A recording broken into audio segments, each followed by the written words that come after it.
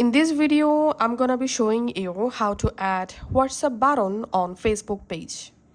So first of all, go to your Facebook and switch to the Facebook page and then go to your page profile. Tap on this three dot and tap on Add Action button. Tap on Edit Buttons.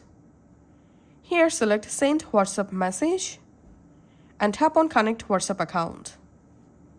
Now select here your WhatsApp account country code and write here your account number.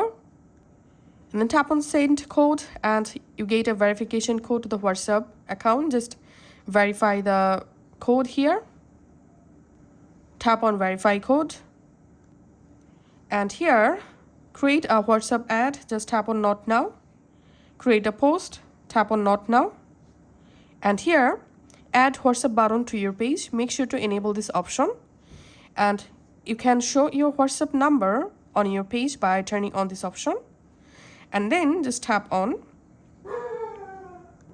Back and tap on Save.